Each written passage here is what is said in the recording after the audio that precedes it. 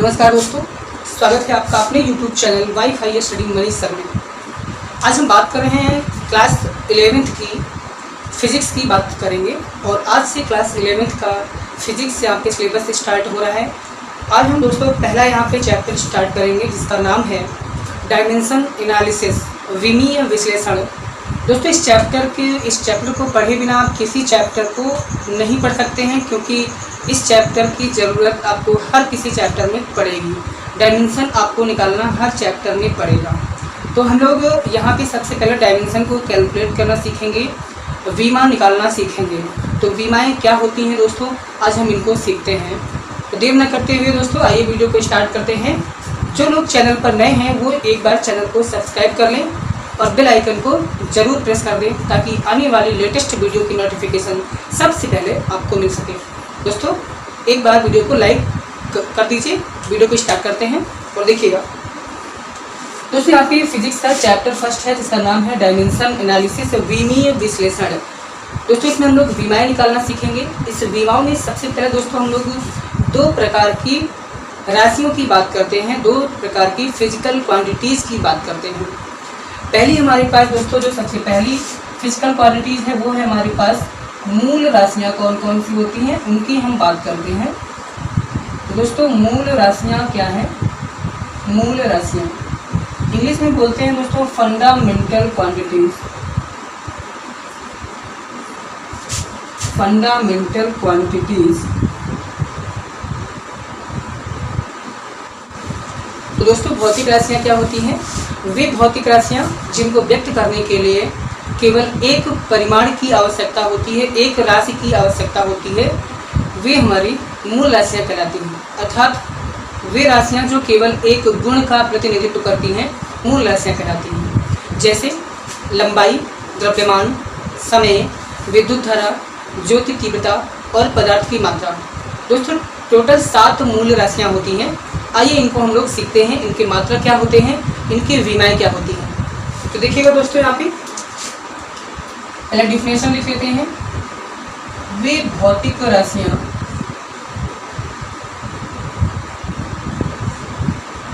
जो केवल एक गुण का प्रतिनिधित्व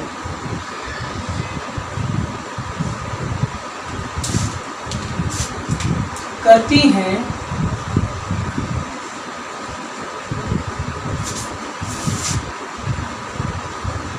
मूल राशियाँ कहलाती हैं। मूल राशियाँ कहलाती हैं। दोस्तों ये हो गई मूल राशियों की परिभाषा। अब हम लोग देखते हैं कि मूल राशियाँ कौन कौन सी होती हैं। दोस्तों यहाँ पे एक टेबल बना लेंगे, यहाँ पे लिखेंगे राशियों को और यहाँ पे उनका मात्रक लिखेंगे और यहाँ पे उनकी विमा क्या होगी उसको हम लोग देखेंगे। दोस्तों ये विमा का मतलब डायमेंशन होता है। तो एक टेबल दोस्तों बना लिया यहाँ पे।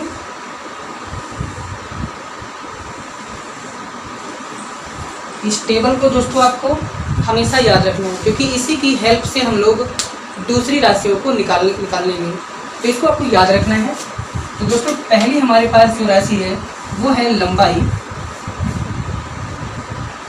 लंबाई दोस्तों एक प्रकार की दूरी होती है और दूरी का मात्रक आप जानते हैं मीटर होता है।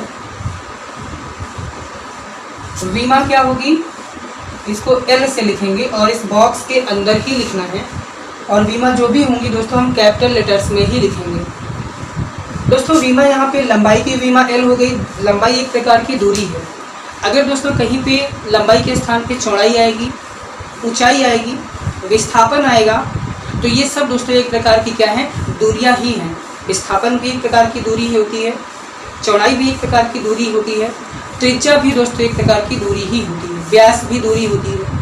दोस्तों ये सब कहीं पर अगर मिलती हैं तो इन सब की विमा L से ही लिखेंगे। तो ये ध्यान रखिएगा दोस्तों। उसके बाद हम बात करते हैं द्रव्यमान। द्रव्यमान दोस्तों इसका मात्रक होगा किलोग्राम किलोग्राम मीन्स केजी। इसकी बीमा दोस्तों होगी कैपिटल एम से लिखेंगे, एम फॉर मास होता है द्रव्यमान।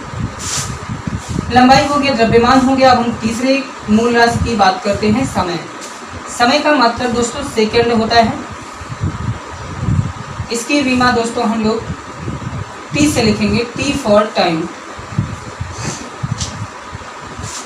उसके बाद हम दोस्तों यहाँ पे देखते हैं विद्युत धारा। विद्युत धारा का मात्रक दोस्तों आप सभी को याद होगा, एम्पियर आपने पढ़ रखा है। इसकी बीमा को दोस्तों कैपिटल ए से लिखेंगे, ए फॉर एम्पियर। उसके बाद दोस्तों ताप है, ताप का मात्रक केल्विन। बीमा दोस्तों ताप की हम लोग थीटा से लिखेंगे, तो याद रखिएगा दोस्तों। आप देख सकते हैं 5 हो गई। इसके बाद छठी हमारे पास आती है ज्योति तीव्रता। ज्योति तीव्रता, इसका मात्रक हमारे पास दोस्तों जो होगा ये है कैंडेला। बीमा होगी दोस्तों सीबी से लिखेंगे।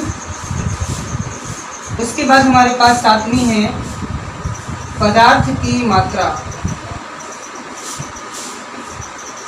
पदार्थ की मात्रा का दोस्तों मात्रक होगा मोल, और बीमा भी दोस्तों हम मोल से ही लिखेंगे। ये होगा दोस्तों, यहाँ पे ध्यान देना, ये हमारे पास 7 भौतिक राशियों में से हमारे पास ये मूल राशियाँ हैं। एक दोस्तों नोट पॉइंट भी याद रखिएगा, उपरोक्त मूल राशियों, उपरोक्त मूल राशियों के अतिरिक्त 2 अन्य मूल राशियां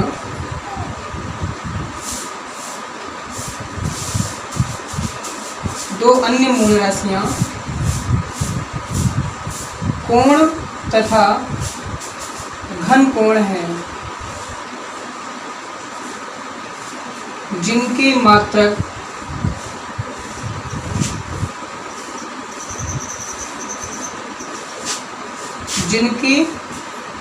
कोण का मात्रक दोस्तों रेडियन तथा स्टेरेडियन, जिनके मात्रक रेडियन तथा स्टेरेडियन हैं। दोस्तों इसको याद रखिएगा। 2 अन्य मूल राशियां हमारे पास हैं, कोण और घन कोण हैं। इनकी मात्रक रेडियन और स्टेरेडियन है। दोस्तों इनकी बीमाएं नहीं होती, ये बीमाहीन राशियां हैं, इसलिए इनको मूल राशियों के टेबल से बाहर रखा गया है। इसको याद रखिएगा। अब दोस्तों हम आते हैं यहाँ पे मूल राशियों के अतिरिक्त, ये मूल राशियां हो गई, इनके अतिरिक्त और कौन सी राशियां होती हैं उनको हम पढ़ते हैं। और आप इन राशियों को आप फेयर कॉपी पे अच्छे से नोट करिएगा। उसके बाद आते हैं हम सेकेंड दूसरी राशियों की बात करते हैं।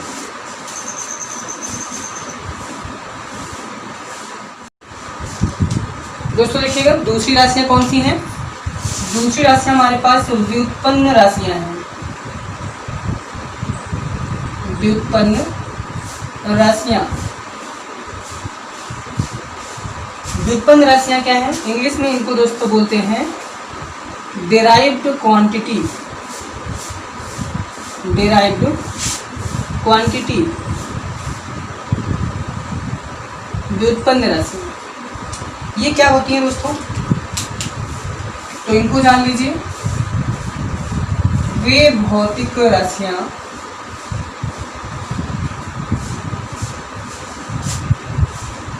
जो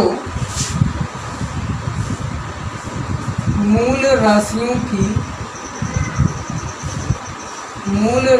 की सहायता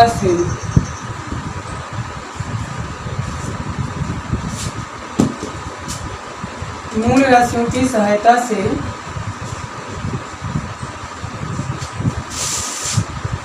प्राप्त की जाती हैं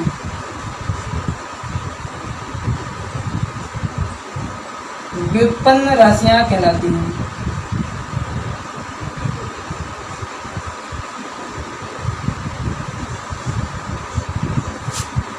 जैसे दोस्तों एग्जाम्पल देखिएगा, कौन कौन से हमारे पास व्युत्पन्न राशियां उनको हम देखते हैं। सॉरी, देखिएगा दोस्तों, जैसे नंबर 1 हम बात करते हैं क्षेत्रफल की। तो दोस्तों क्षेत्रफल हमारे पास व्युत्पन्न राशि है। कैसे? आप जानते हैं इसका फार्मूला होता है लंबाई गुना में चौड़ाई। आप जानते हैं दोस्तों लंबाई एक प्रकार की दूरी है और लंबाई की विमा हमने क्या बताया अभी, एल से लिखते हैं। चौड़ाई भी एक प्रकार की दूरी है, तो टेबल में हमने दूरी की विमा एल से ही बताया था, तो इसको एल लिखेंगे। इसको मल्टीप्लाई करेंगे तो एल इंटू एल, दोस्तों यहाँ एल टू पावर 2 हो गई। तो क्षेत्रफल की विमा दोस्तों याद रखिएगा एल स्क्वायर होती है। नंबर 2 हम बात करते हैं आयतन की। आयतन का फार्मूला दोस्तों होता है लंबाई गुणे में चौड़ाई और गुना में ऊंचाई।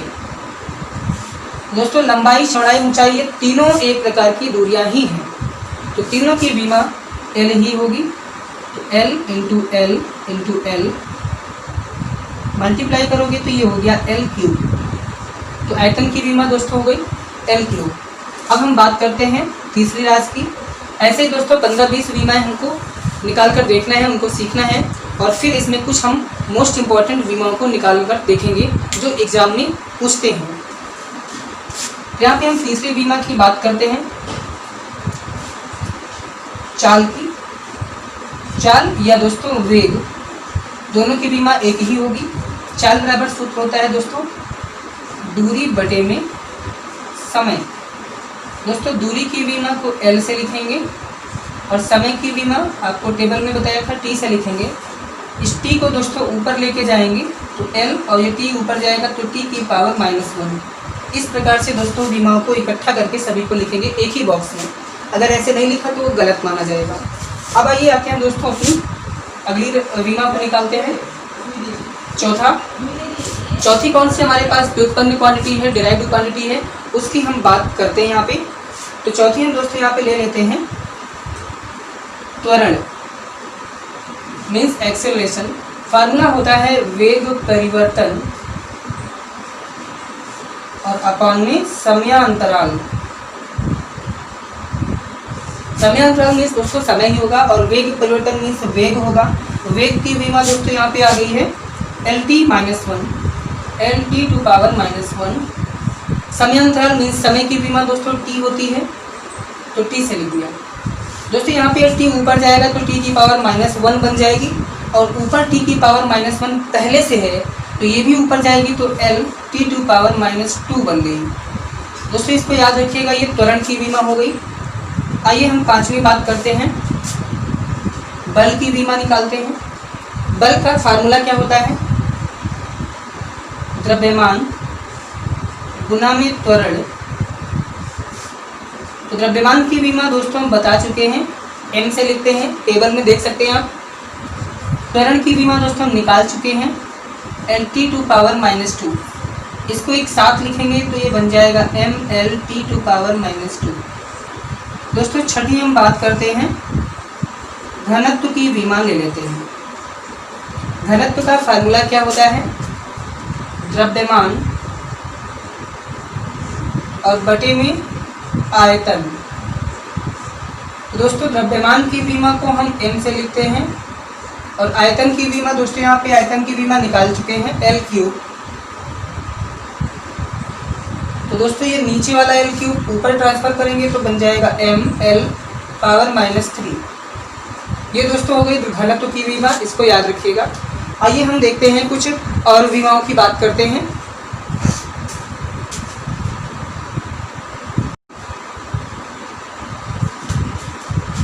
देखिए दोस्तों कुछ और विमाओं की बात करते हैं।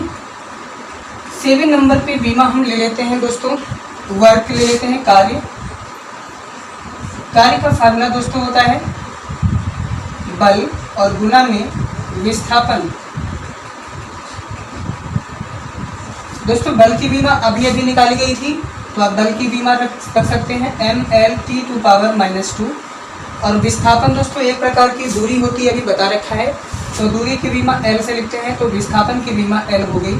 इसको सॉल्व करेंगे दोस्तों तो m L और ये L है तो हो जाएगा L स्क्वायर और t बचा है T⁻⁻2। दोस्तों ये हो गई कार्य की विमा। आठवीं हम बात करते हैं शक्ति। शक्ति बराबर क्या होता है दोस्तों, वर्क अपॉन टाइम, कार्य बटे समय। कार्य की विमा दोस्तों हम निकाल चुके हैं, ऊपर देख सकते हैं ml to T⁻⁻2। और समय की विमा दोस्तों t से लिखते हैं। अब यहाँ पे दोस्तों t ऊपर जाएगा तो ml स्क्वायर T⁻⁻2 और ये t ऊपर जाएगा तो ये भी -1 हो जाएगा, तो टोटल हो जाएगा T⁻⁻3। तो दोस्तों ये शक्ति की विमा हो गई, इसको याद रखना है। 9 नंबर पे हम बात करते हैं दाब। दाब का होता है दोस्तों बल बटे में क्षेत्रफल।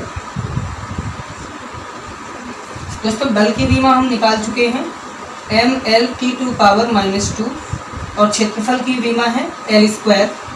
तो टोटल इसको हम सॉल्व करेंगे दोस्तों, एक L से L ये कैंसिल हो जाएगा, तो m यहाँ पे एक L बचा हुआ है दोस्तों, ये ऊपर जाएगा तो L-1 और T⁻⁻2।